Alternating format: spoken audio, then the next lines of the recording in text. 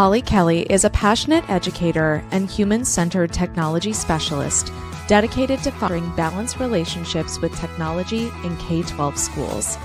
With a rich background as a school counselor, librarian, English teacher, regional EdTech coordinator, and social-emotional learning director, she brings a unique perspective to her work. Holly is committed to helping students, educators, and parents navigate the complexities of the digital world through innovative strategies, professional development, and meaningful connections. And I'm Linda, your webinar facilitator. I'll be behind the scenes making sure that everything runs smoothly, as well as interacting with you in the chat. So let's get started.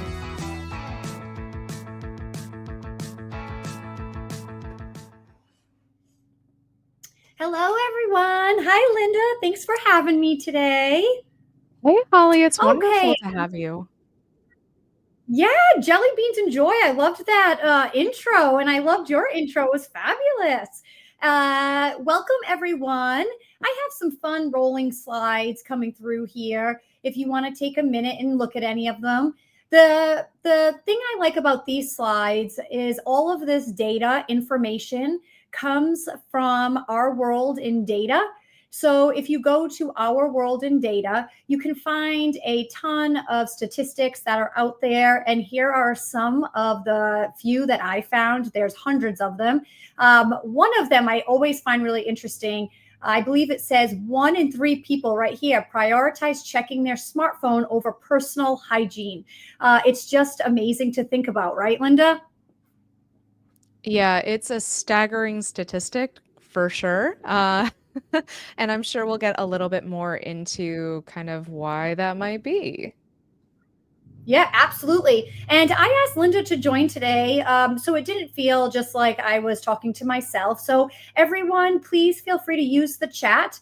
And Linda, feel free to buzz in whenever time you want. And I can always go back to a slide. As you know, once I get talking about this topic, it's hard to get me stopping. So as we progress here, it's really important to realize the era that we're living in. And it's not singular anymore. We're living in, like, forget the Gilded Age, right? The Gilded Era. We're now talking about the era or errors of uncertainty, AI, anxiety, misinformation, synthetics, revolutionary, and also loneliness, which is interesting because there is some debate that it is the era of isolation. And just because you're isolated doesn't mean you're lonely. So that one is probably the last one is debatable I've heard go around. And just know, parents, teachers, administrators, wherever you are, start where you're at. This is not about trying to achieve all of the things. It's just about becoming informed, becoming self-aware, and being able to engage in these conversations with our students or our children. And you might not be ready for all of it, but just start where you are. And it's okay to be scared of the unknown, but don't let it prevent you from being informed and asking more questions or having the conversations. So here we have the goal here. The ultimate goal of all of, I think it's fair to say, Linda and I's work is to essentially learn to digitally thrive in our lives. And basically what that is to have technology fit into your lives in ways that improve your well-being, your community, and the broader society, which, let's be honest, folks, that's sometimes really difficult to do when not all of the apps that are created with wellness in mind or that of community and the betterment of society. They have different agendas and reasons, and that tech is put out there. And we hear so often, just because we should doesn't always mean or just because we can doesn't mean we always should. So just keep this idea of digitally thriving. And that can feel a little overwhelming, because when I heard this, I was like, heck, I don't even know if I'm thriving in my offline life, forget my online life, right? So now it really starts to resemble this world that we really are living two identities, this whole identity that we have to upkeep with carpooling, with grades, with Skyward or whatever SIS you're using, Google Classroom, being a professional Uber driver. That's where I'm at right now. Keeping a house maintained, marriage, all of these things, a job, but then I have the emails, the calendar, the forms, the registration, the car pickups that are all organized digitally. So if you're feeling a little overwhelmed, rightfully so, you probably should be, because we're living two identities. Who would have thought it? So I like to start all sessions with this. And Linda, I'm going to ask you first. But before that, I just want you to take a few ticks in the mind, and I'm going to be quiet for a few moments just to think and have just a moment where you can take a breath and just think, what worries you about today's digital world?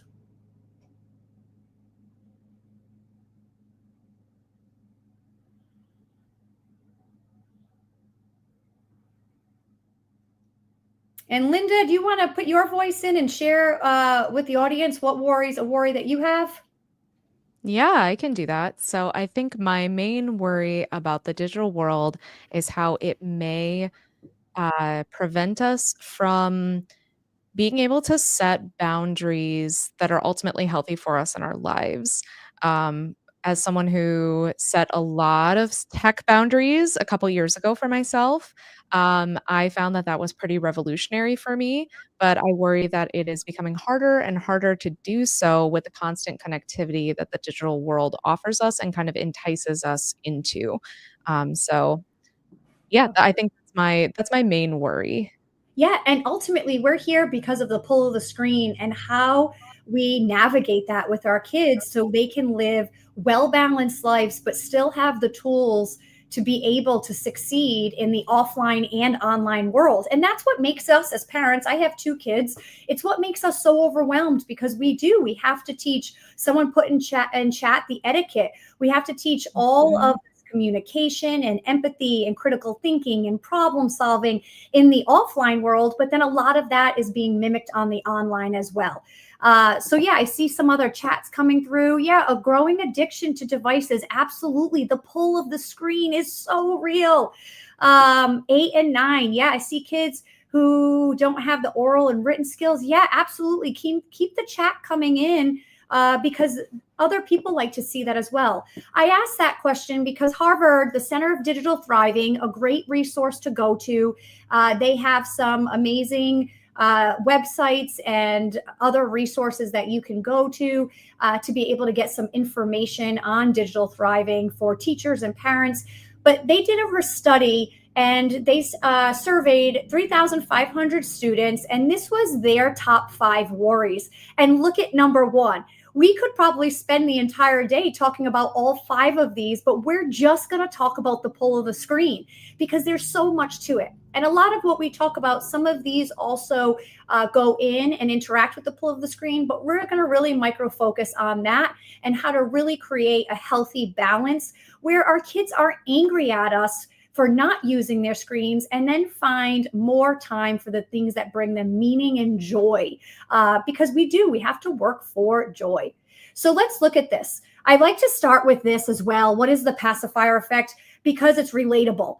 As parents or teachers, we understand that when infants use a pacifier, it self-soothes them. And then we understand that when we remove the pacifier, that is where self-regulation or emotional regulation comes from. But the pacifier effect, it's this phenomena or this idea that describes how children use technology like screens or smartphones and tablets for comfort, distraction, similar to the traditional pacifier. And it's not just kids, it's also us as adults. If we think of when we enter in for long periods of time on our devices, it's usually in idle moments, moments of maybe quiet, moments of maybe peace that then maybe get disrupted by our phones, when we're feeling bored, tired, mentally exhausted, right? We hear this, I just want to turn my brain off. Going on a screen is not turning our brains off. It's constantly stimulating it. So we enter sometimes in to our phone and screen use in these low level emotions, and then packed with very high level emotions, being able to experience other people's lives where we're not living at the same time. And that can be difficult.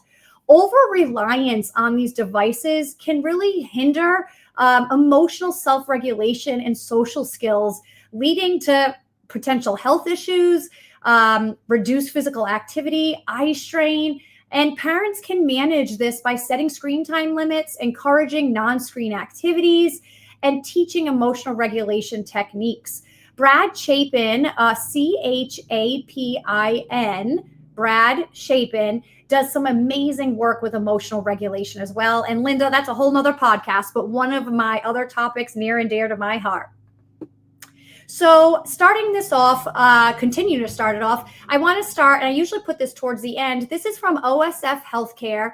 And this was the amount of time that our kids are spending on screens, the average amount of time, which we can see is really anywhere between 6 and 9 hours. And I do like to put in that this is just for single screen time, not for double or triple. So if I'm playing a video game while watching TV, that would be double. If I'm playing a video game while the TV is streaming and I am listening to music, that would be triple screen time. So that number goes up exponentially to 11, 12, 13 hours. And this does not include schoolwork that we're dealing with on average between 7 and 9 hours per day. You minus the healthy amount of sleep, you're at 16 hours of waking time. You minus the average, and now you're at about 6, 7 hours of waking time. Take away that active use of tech in school, and really you're only not on a screen for 2 to 3 hours if we allow our kids to be on the screens for 7 to 9 hours. And my question I always pose, is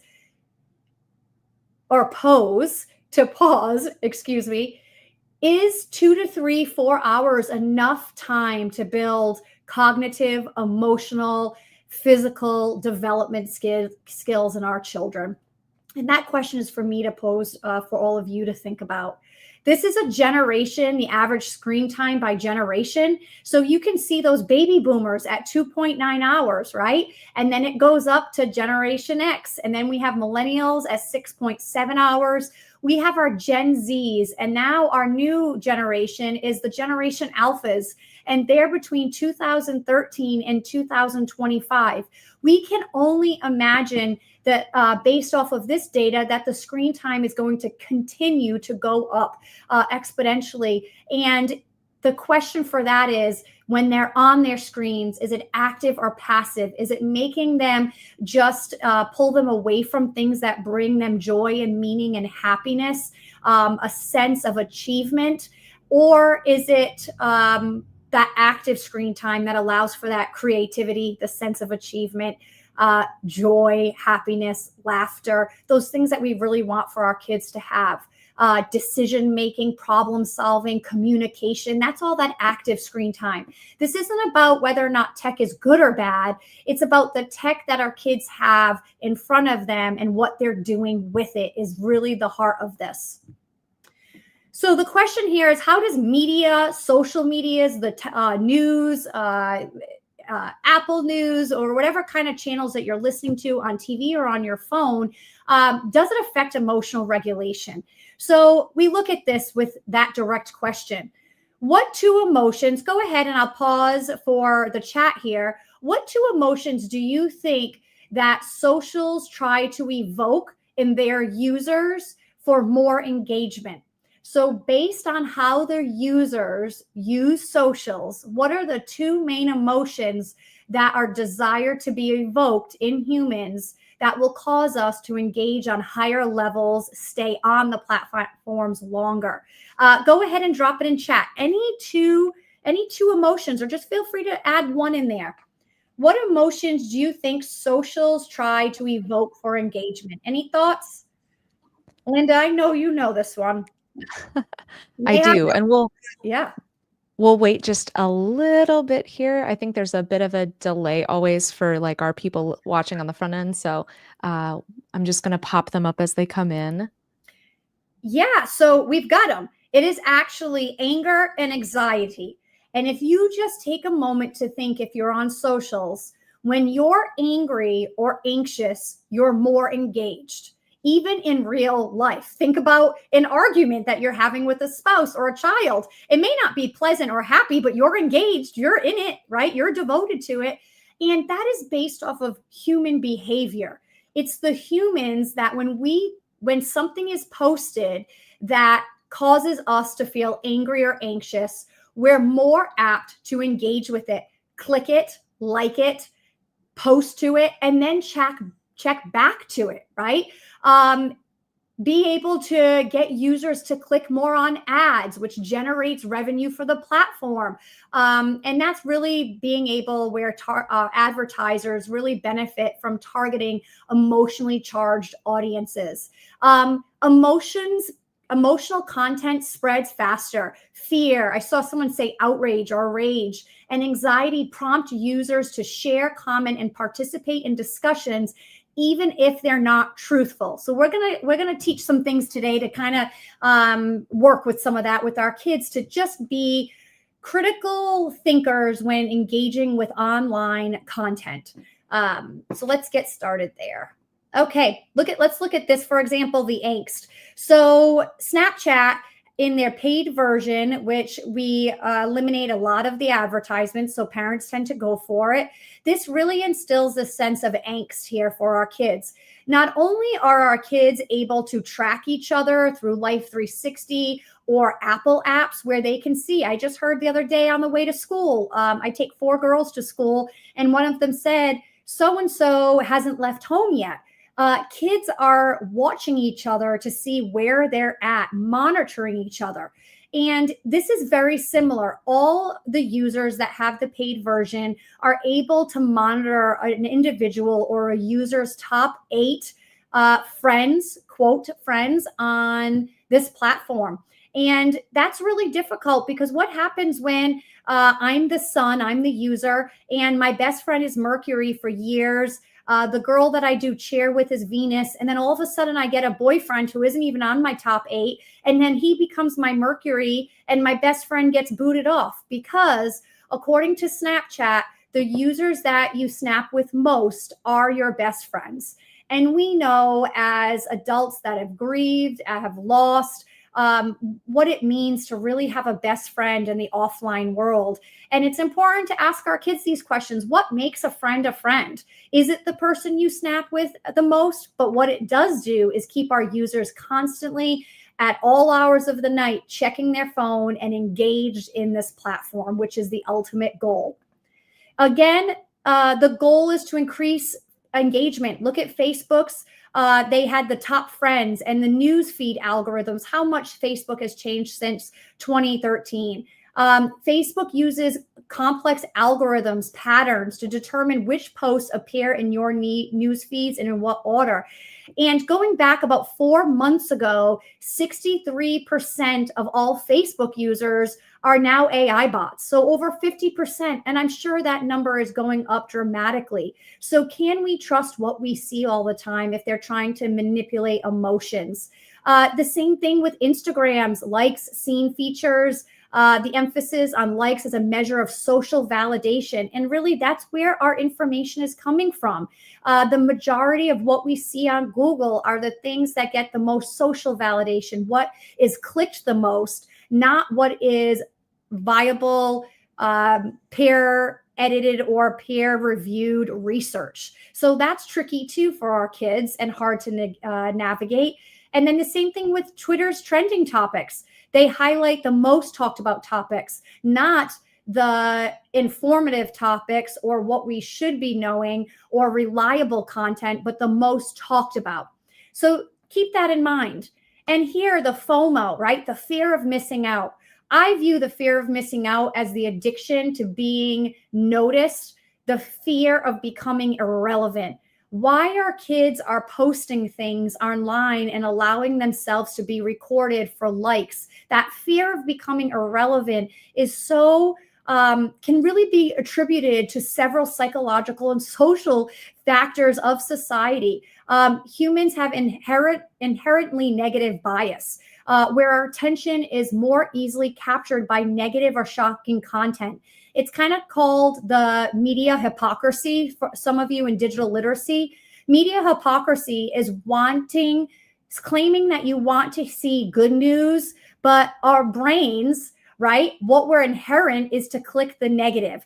It's kind of getting ready for that the challenge or the threat, right? And being prepared for that threat. The bias likely evolved as a survival mechanism where noticing and reacting to dangers or unusual occurrences could mean the difference between life and death. And we tend to constantly click the bad over the good. And here's our kids. We see all of these. And these are interesting because at the time, my 10-year-old is not on socials, but she gave me the majority of these. And I didn't even know half of them have existed. Teens are daring each other to eat Tide Pods. We know that one. Going back in 2016, 18, the cinnamon challenge has been cycled over and over. The Kiki challenge with Drake. Kiki, do you love me? Where individuals are teaming up or individually dancing on the side of moving vehicles, where all of these have resulted in bodily harm and injury and even death. Again, like this one, the Skull Breaker challenge, two individuals walking up to another individual and swiping his or her legs at the same time, which would inherently allow a person's skull to go back. Hence the Skull Breaker challenge. Using fire starter as tattoos, that trend, and essentially lighting themselves on fire.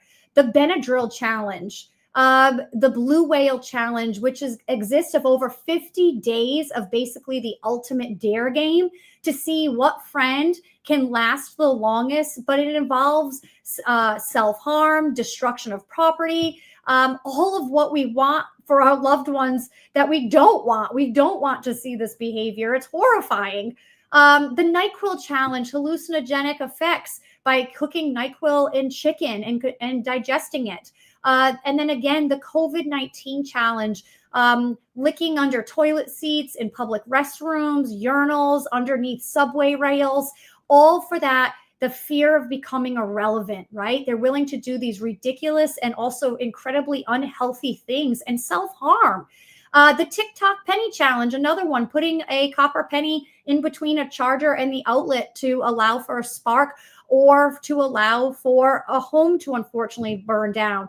But finally, the high engagement with extreme content, it says something about our current state of media consumption.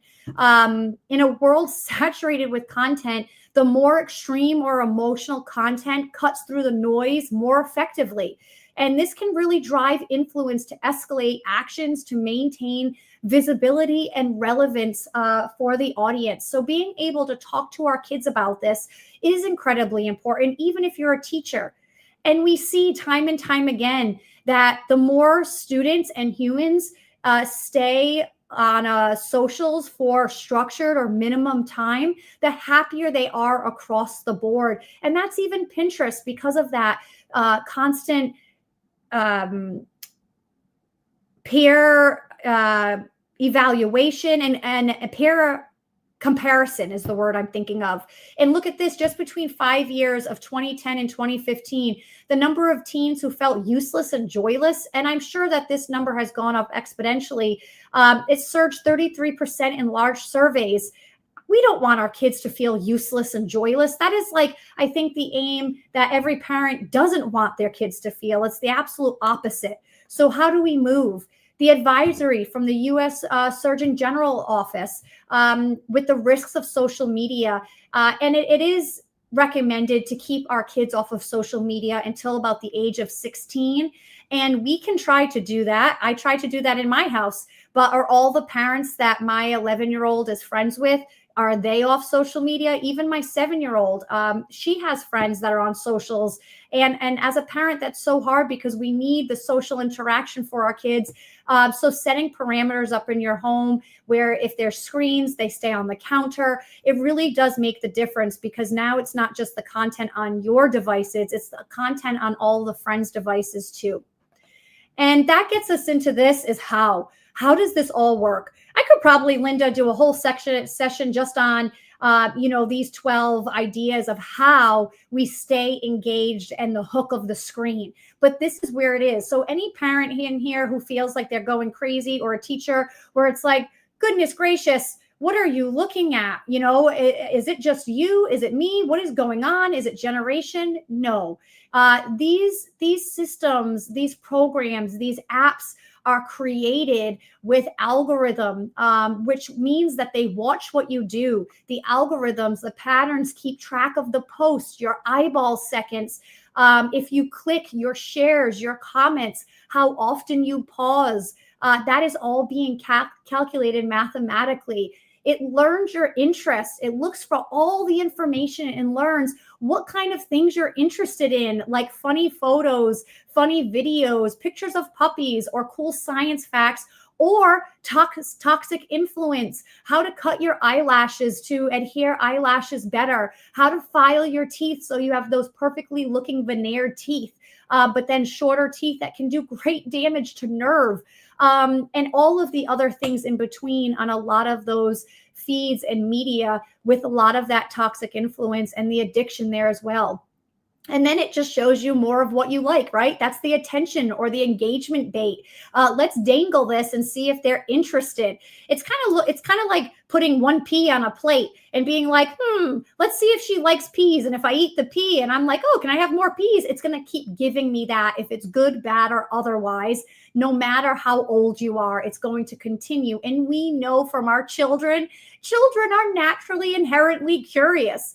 It's the best thing that makes them kids, but we have to put parameters, because the internet is the internet. It is good, bad, and all of the other. And there's a lot of other content personalization, notification systems, that infinite scrolling. I did a thing where I was only allowing myself to scroll 3 times and then I would stop. And my algorithmic curation got real good, real fast. And then I just stopped scrolling. And then I was like, oh, this isn't adding a lot of value to my life. And all of a sudden I realized I was a lot happier. So I limit that scrolling and that social engagement bait. We talked about time of optimization. Every 8th grader knows what this is. The peak time of posting, where algorithms can determine when you're most likely to be active based on your previous usage patterns. It's insane. It's beautiful and it's ugly, all in this package with a bow on it. When you're most likely, and then also those feedback loops, right? The visibility of social interactions. And we all as parents can teach agency. So this is where we ask, and I ask you, do you want to be a digital mentor, an enabler, or an inhibitor? Where do you want to live? Do you want to mentor your kids and have those hard conversations, just like we have about driving and drinking and alcohol and drugs and the birds and the bees? We engage in difficult conversations. This is one that we must add to our list. And the majority, based off of that screen time, our kids are living more in the screen world than they are in the oxygenated or offline, making it that much more prevalent to talk about. Are you an enabler, where you just give your kids a device and send them on the way? A great detective had said, it's like giving a kid $10,000 and saying, go travel wherever you want. Don't come back for a week. Don't tell me where you went. I don't need to know what you did or who you saw or who you met. Just come back in a week and we'll move on with life. Giving a child a cell phone or a device without parameters or conversations is that enabler. And a lot of the enabling comes from not knowing. So setting those parameters. And then the inhibitor is saying, no, all tech is bad, or I'm just scared and I don't know what to do. But let's aim to be those mentors. So that brings us to this. Like I said earlier, it's not about, is tech inherently bad or good? If we didn't have technology, we didn't have AI, oh my golly, we would be in like tribal, we would be in an apocalyptic world. Think about if maps closed down, if all of a sudden someone was like, we're just going to turn off all the AI. We wouldn't have food. We wouldn't have fossil fuels. We wouldn't have our pharmaceuticals. We wouldn't have water. We wouldn't have all of the things, because the reliancy on vehicles, trains, travel, airplanes, all rely on those mapping systems that we use, that gets us from point A to point B so much quicker. I remember 15 years ago when I would drive back home to Rhode Island, little Rhody, how it would take me probably a solid hour, then longer, 2 hours than it takes me now, because of that AI in those travel systems. So this isn't about whether or not it's good or bad. It's just knowing that it's here and how our kids engage with it. teaching our kids what passive tech is versus active tech, right? The passive tech involves consuming content without much interaction or engagement. It's doing one of these, right? Just clicking and looking, watching TV, scrolling through social media, or listening to music. Versus active tech involves engaging with technology in a way that requires interaction, creativity, and problem solving. Creating digital art, a digital calendar, coding, playing educational games like your Prodigy, or being able to, what's the other one? Duolingo. There's so many great active uses. Online classes. Look at you right now. You all are engaging in active use of tech. You're learning. You're becoming a better version of yourself because of the tech. And that's what we want. Teaching that language to our kids when they say, hey, mom, hey, teacher, can we get this app? And then being able to say, hey, mom, can I get this app? It's an example of passive or active technology because is where we want that conversation to go. And that's kind of like when your kid's sitting on a couch. You just kind of can passively consume food. And all of a sudden you're like, oh my gosh, where did the Lay's potato chips go? Right? We're mindless. Where did the hour go? It just seems to fly by. Here's some talking points that you can have with your student or your child. How would you define passive or active tech? What do you think some examples are of passive or active time or passive or active tech? It's important to relate it to the offline world too. Sitting down and just watching TV is very passive. Going out and walking is very active, right? Versus being on Canva and creating something with a portfolio or a slide deck or a gymnastics video of yourself is that passive, being creative. And then ultimately, the very poignant one here is consider how passive or active tech makes you feel. If you watch TV for the whole day or just sit on your phone the whole day, we are exhausted. I have done it. And then we say to ourselves, why am I so tired? I've done nothing. But our brains were not meant to handle that amount of dopamine hits over and over again. So it leaves us feeling exhausted when we haven't really done too much.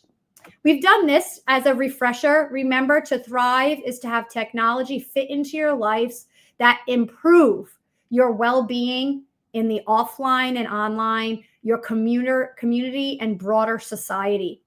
Digital agency fuels digital thriving. In order to have digital agency, being able to take control, we have to look at some language. Smart tick is probably the best language I've learned with having kids, because being a smart ticker or participating in smart ticking is the compulsion to fill every moment with smartphone use. What does this impact? When you're in the checkout line and you don't want to engage with someone, you can smart tick, right? Because of avoidance.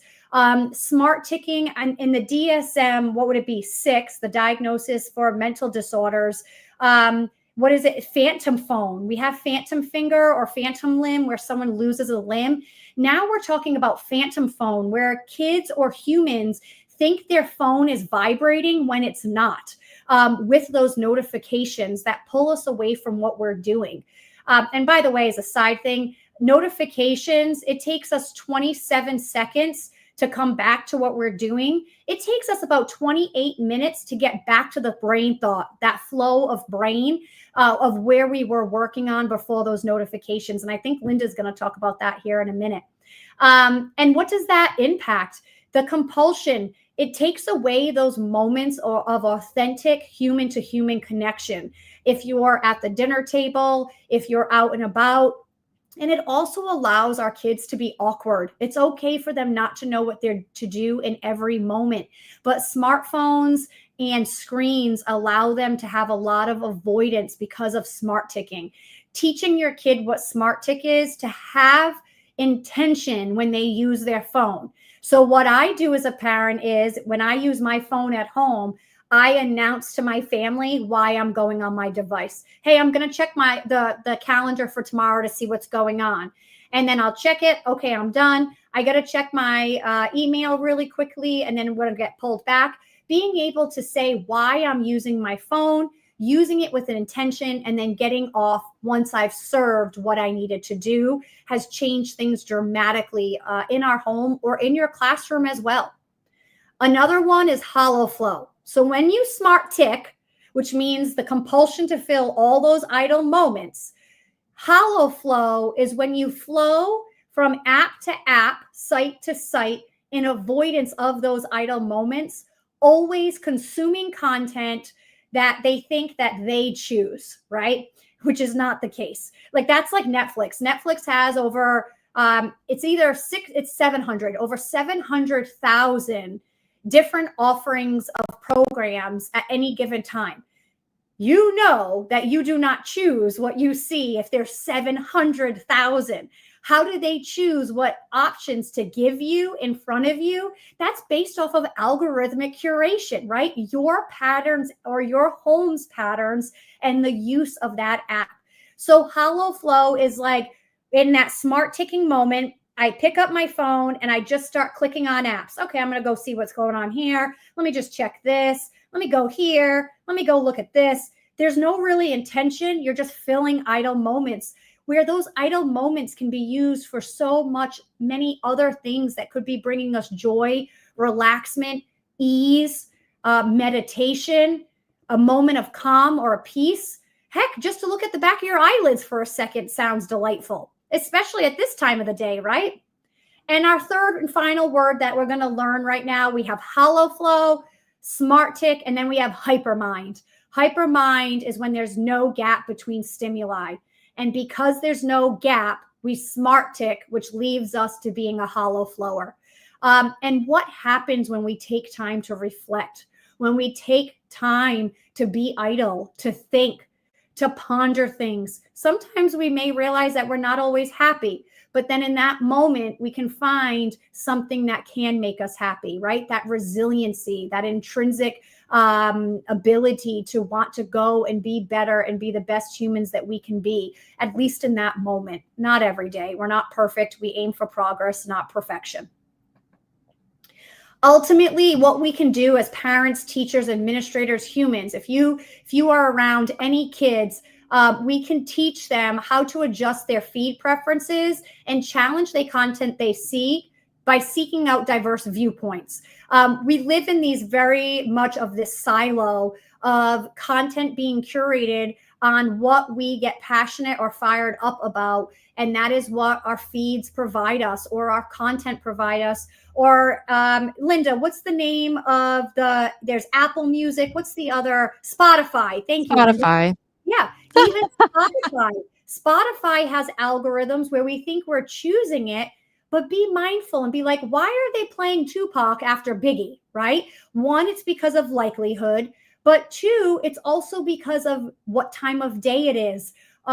When you tend to listen to certain music at certain times of the day, what type of music, the language, the singers, the voices, male, female, that's all put into those algorithms, those mathematical calculations to give you what you see. So with this, show and encourage your kids to ask the very first question, and even yourself, what is the emotional trigger? In this post, what is the emotional trigger? Why am I seeing this? And who benefits if I click or engage with this content? Either if it's through the news, if it's through socials, who benefits from engaging? Because we are very much unaware of how perspectives and behaviors are being influenced by invisible forces that have a lot of power and control. And some of these I just said, right? Like some of these, I'm going to go over a few of these here in a second. But there's other, right? Is there financial, political, or social gain? Is there a link? Is there an actual link I can see? Is this because of, is it peer reviewed? Is it research? Is it informative? Is it reliable information? Or is it just the most popular information?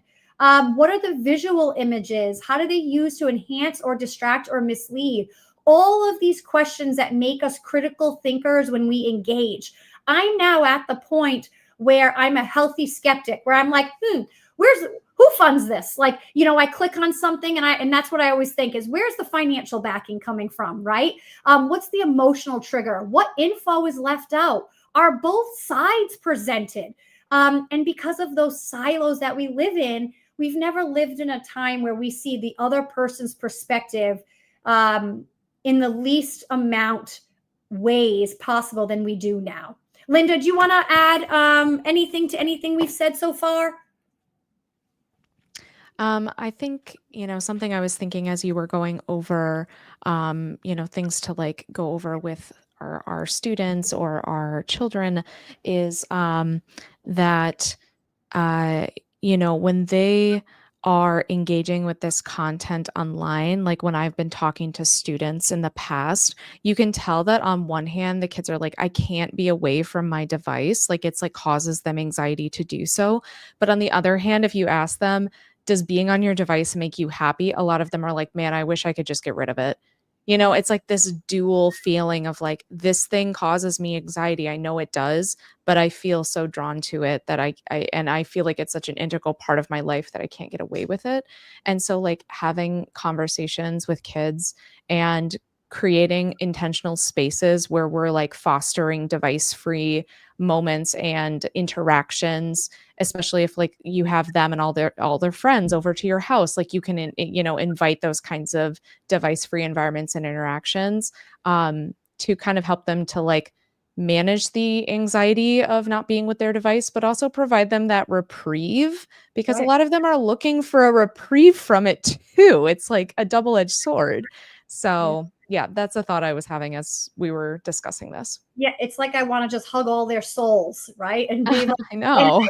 someone we both know very close to us always says, when you purchase a child their first smartphone, a large part of their childhood dies with it. And that has stayed with me for so long. But to finish some of this off, being able, if your child does have a device already, being able to mute, block, delete, report. I totally feel like this is a chair for me. And yes, back in the days, I did cheerleading, and I'm just always like, mute, block, delete, report, mute, block, delete, report. But let me tell you, our kids know how to mute, block, delete, report. Huge sense of agency, being able to take control over their own lives. And that's what we want. Being able to teach our kids Google reverse image search. Where is the OG image? Is this person that I'm talking to real? Like, for example, in Roblox, the minimum age is 13. And the reason why is because there's public chat rooms. And we don't know in public chat rooms who they're engaging with. And we give our kids devices to keep them safe. But then do we also know when location services are turned on phones and we go to a photo and click that little eye for information, we can see what's called the metadata, or the data that lives in the image, which is great if you're a photographer, if you want to organize your photos, but is really scary if your kid is posting pictures of their animals on public chat rooms, because the majority of photos of animals are taken at home. And now there's the large potential that a predator knows now where our children live. So that is scary. And do we want to frighten our kids? Absolutely not. But do we want to give them a sense of safety and security and how to take control and know who they're talking to? Reverse image search is a great tool to teach our kids to know, is this the OG image, and where is this image coming from? The deal with group chats, this is probably one of the number one questions I get with loving working with parent groups. Group chats. Here's the questions that we pose to our kids. And I help all of my friends with when they say group chats. Do you know everyone in the chat? If the answer is no, no chat. Because what happens if a student innocently takes a photo of their little sister or brother in the bathtub, and now all of those kids and someone posts something, and now we're talking about a potential police having child pornography? It could be scary of where that could escalate to. Also, I saw with my own eyes a group chat with posts of student schedules where the sixth grade class students were posting their schedule. Well, that would be okay because they can probably track each other where they're at everywhere. But then it has the locker number, the locker combination. their PII, the personal identifiable information that I could have taken. And then what happens when a locker start getting broken into? All of those people in that group chat could be held responsible. So as soon as we give kids the availability to talk to people on phones, you set a precedent. Or is this number saved in your phone? If it's not, then we don't answer it or respond to it at all, because it could be a bot coming from a bot farm. Show it to mom or dad. What is the intention of the group chat? Like, is it the chess club, the running club, study group, the basketball team? Now we're getting to more focused groups. Are the conversations negative or positive? Learn to side, right? Mute, block, delete, report. Learn to mute those conversations so we're not always in the know with the notifications. And it's okay to say no thanks to a group chat. You can review downloaded apps through your phone apps, through your family sharing, to be able to track what your kids are doing and set amazing boundaries. Anyone who has an Android or Apple, you have the option for family sharing, where you can be able to set all of those parameters of what apps and for how long they're able to use them for. So maybe your child loves to play Tetris. Well, let's put it on for 20 minutes a day, right? Duolingo. Maybe your kid is just absolutely addicted to Duolingo, which is very beneficial, but we don't want them on it for 4 hours. Let's set it to 40 minutes a day. And you can have those availability in those settings. This is from the Harvard, from the Center of Digital Thriving, and I love this. Technology is both harmful and helpful. It's exhausting and energizing. It's connecting and dividing. Technology is multi-faced, so our approach needs to as well. So we need to add this to our bucket of conversation. For anyone who wants to take screenshots, I'm going to scroll through these. So feel free. And I don't know, Linda, if you share slides. Do you share slides, Linda?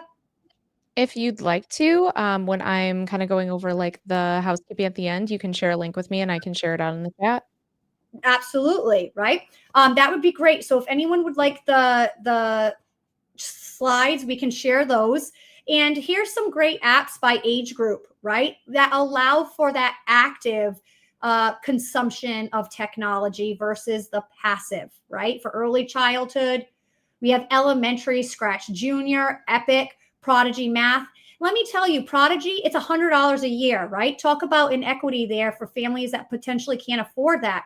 I mean, Duolingo Kids for the paid, I think is, or maybe not Duolingo, Codable is another one that's $100 a year. Ask your schools, ask your teachers, email them. What apps do you have available that I can download on my kids' app on their applications or their phones or devices? Because then when your kids ask for screen time, you're putting active use of tech in front of them, and you can explain why. Also, ages 6 through 10. There's a few more for creative play and emotional development. Middle school ages here, Canva, Stop, Breathe, and Think. And then we have some high school ages here. For some different, you'll see Duolingo is for kids and older. I mean, I use Duolingo and I'm in my 40s. And then we have some more for creative expression and personal development. And we're also coming out with a parent toolkit that has so many more active apps that you can be on the lookout for in the next month. Anyone who registered today, I'll send you that parent toolkit for you to be able to look at, and that will really break down some of this. And also for us, don't forget about us, right? We want to be able to use some of these. Also too, Linda, do you want to go through these with the last few minutes remaining? Sure. So before I go into this, I just wanted to point out to you, you were talking about group chats, and we actually have we had a group chat webinar recently with the Social Institute. And so I put a link. You can find those at ltc.site/webinars. We record all of our webinars. So if you want to watch that, you're here today and you're like, oh, I'd love to learn more about navigating group chats. That's a great place to go for that. And then obviously this one will be available too as a recording in the next like 24 to 48 hours or so. But yeah, before we end today, I do, Holly asked me to come on today because this is kind of this is my soapbox because I'm really passionate about not only giving our kids tools to help them to create boundaries with technology, but I'm also really passionate about educators and parents being able to set boundaries with their own tech because you guys are also feeling burnout and a sense of just like, oh, the flurry of information and it's so chaotic and I'm being contacted all the time. So I was kind of in your shoes at one point where I felt like people had constant access to my personhood, where like anytime someone wanted to reach out to me, send me an email, text me, message me, call me, they just had open access to my personhood, no matter what I was doing, whether I was out with friends, going to a family event, reading a book, trying to sleep, like it didn't matter. It just felt like that anxiety of like people are always trying to contact me. There's no way I can get away from them. I'd like to kind of go over a few strategies here. So, the first one is just turning on your screen time notifications in your phone to know how often you're using certain apps and how much time you're spending on those apps on average. That can be a great way to monitor kind of like, am I spending too much time on social media? Am I, my screen time usage was up 2 hours this week. Like, what was I doing for that 2 hours that caused like, and was it worth it? Was I like just mindlessly scrolling this week? That can be a great way for you to start monitoring your habits so that you become aware of them, so that you can figure out what do I need to set boundaries with? What do I need to cut? You can keep going here, Holly. The next one is just turning off notifications on your phones, devices, your computers. So, really looking at when you go into your settings on your phone, your computer, your tablets, what apps are able to contact you, send you push notifications at all hours. It doesn't matter what. And really like being, make a decision on which ones you actually want notifications from. Do you want Facebook to send you a pin notification every time that someone likes a photo, every time someone posts on their story, every time a friend that you're really close to posts a photo? Because that can get overwhelming very quickly. It might be smart to either disable notifications completely or to decide I only want notifications for if someone directly comments on my post, if someone directly messages me. And then the last one is setting focus modes. This one was like life changing for me. So, what I did was I decided I really don't want certain groups of people to be able to contact me at certain times of day. So, for me, the first one I set up was a work versus home focus time. That meant that all my work applications, my work email, my work apps, people who had my personal phone number from my workplace, I put all of those people into a focus time and I said between this hour and this hour. So between my clock in time and my clock out time, or 5 o'clock at night, or whenever I wanted that cutoff to be, they're going to be able to contact me. The emails will come through, all the notifications will come through, they'll be able to call, text, whatever it is. But then once 5 o'clock hits, it's all going quiet. All of it's going to voicemail. The emails, I'm no longer going to get notifications for my emails or my text messages. It's going to go quiet. And then it'll be my personal time where only my husband can contact me. A couple of my friends can contact me, people who I really want to be getting in touch with me. An important part of this for me too was letting people know this. So telling my friends, hey, if I don't respond to you right away, it's just because I have my focus times on and I'm just focusing on reading a book or doing something around the house. It has nothing to do with you. It's just a way for me to set boundaries with my technology. And so you might not get a response from me until the next day or until I feel like I want to check it. But I guess for me, like the constant barrage of notifications, it stopped. Like I was no longer just getting text message, phone call, notification, this, that's pulling my attention from the real world and from things I actually want to do. So here's like some examples, right? A work one, a personal one, and then also one that's like a limited contact. Like if you're just like, gosh, I'm just so overwhelmed today. I don't want anybody to contact me except for like emergency contacts. It's important to have a focus mode that you can just turn on right away and it just overrides everything. And it's like, I'm just going quiet. My brain is off. And then teaching these to your kids, your students, like having like those conversations with them and saying, hey, you probably feel overwhelmed sometimes with everything, everyone contacting you, every notification.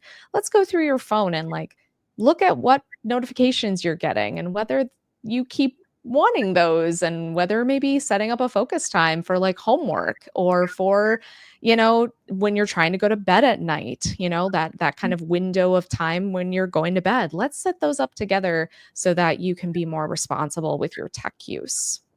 Yeah, and Linda's taught me this. She really is this little sprinkle of stardust. She's pure magic. So I just always appreciate, she got me so much better with my focus times. And like I said at the very beginning, do you have to do all of these? No.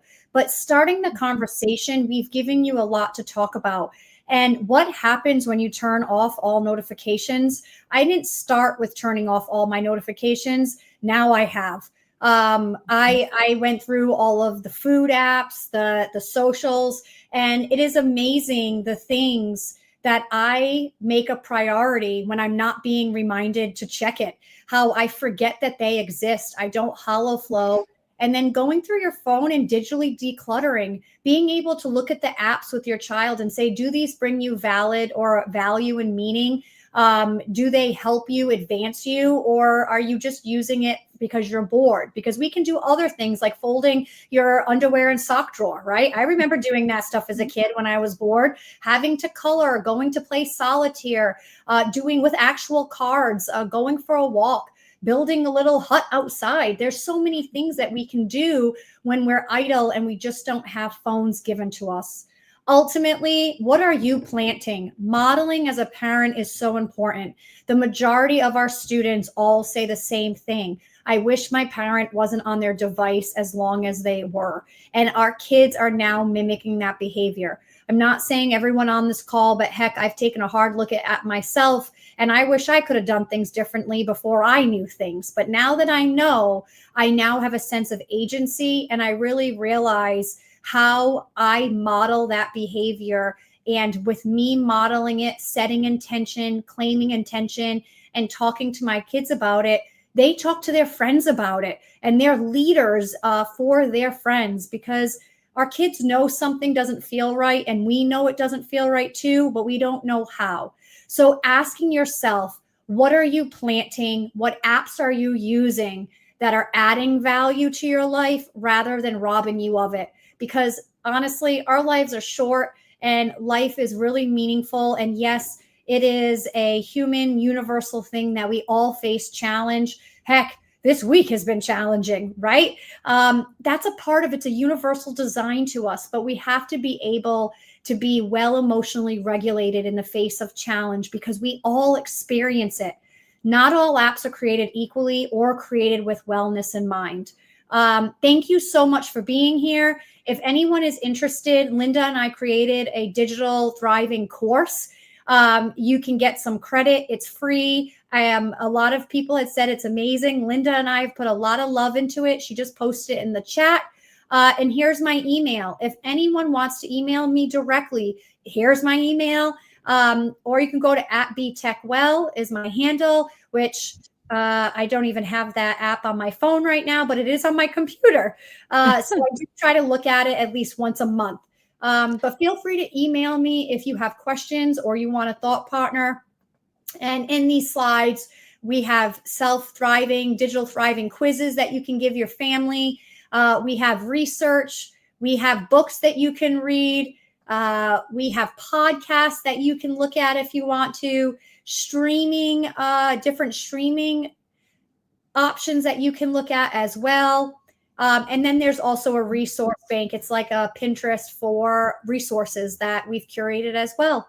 So feel free to reach out. And Linda, to you, thank you so much. Like I said, this was just joy wrapped in sprinkles. So thank you so very much, everyone. Holly actually did an amazing podcast with us with Beck Tench from the Harvard Center of Digital Thriving, and it's dropping tomorrow. So you can find us by searching us on Spotify at LTC121, or you can go to the link there, and it should be up sometime in the afternoon. If you want to like listen to it right away when it drops at like 3 a.m. You can search us on Spotify, and that's where it'll drop first. But you can always go to ltc.site/podcast to find that that new episode with Beck Tench and with Holly Kelly. We're talking all about digital thriving. And so, yes, I again want to thank Holly so much for being here. And if you have any questions, feel free to put them in the chat. We'll be around for a couple more minutes here. But otherwise, I hope everyone has a great day. And thanks so much for joining us. We'll hopefully see you around soon. Bye. Hey, everyone.